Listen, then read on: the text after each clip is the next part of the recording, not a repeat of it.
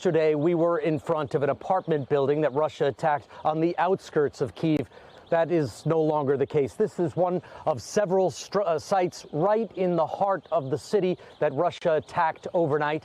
But despite all of this, 3 prime ministers from Poland, the Czech Republic, and Slovenia are coming here in person today to Kyiv to meet with President Zelensky to show solidarity, even as Russia is carrying out attacks on cities all across this country.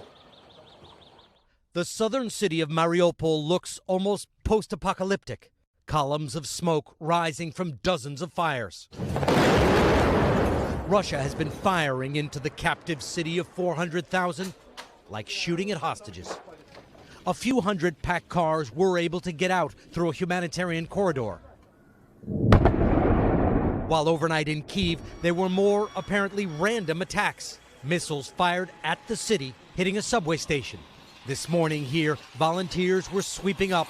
In the collective spirit, no one called them. They just came from the neighborhood to help. This strike hit a subway station in central Kyiv. The Russians are no longer just picking off targets on the outskirts of the city, but now hitting the commercial and residential center of the city.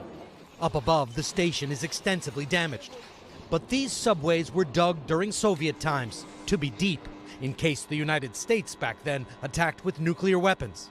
Now this shelter is in use again and under attack by Russia. Alina, who used to sell cakes she bakes at home, is down on the subway platform with her daughter Anna. She says she heard the explosion hit the station and all the glass falling. Before, we used to think how good it was to sleep in our beds, she says.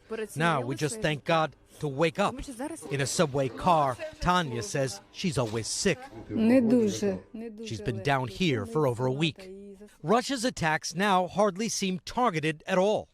Just lethal, harassing strikes on civilians. In part because the Russians aren't getting any closer. Ukrainian resistance has slowed down Russia's advance to a near halt. The killer convoy outside of Kyiv is stuck dead by the road, no fuel. A senior U.S. military official tells NBC News Russia's advance is disorganized, poorly coordinated, and that weapon systems are failing because of operator error. Ukraine's President Zelensky, speaking in Russian, called on Russian troops to surrender and for the Russian people to rise up before their country becomes as closed and repressive as North Korea. But beware of the Russian army on its back foot. While troops aren't advancing quickly or at all, Russia is relying on long-range artillery, rockets, and missiles to rain fire on Chernihiv and Kharkiv and Kyiv. And because the incoming fire is seeming to fall at random now in the center of Kyiv, the mayor of this city, starting tonight, is implementing a 36-hour blanket curfew, advising people not to leave their houses at all. All right. Richard Engel for us there in Kyiv. Richard, thank you.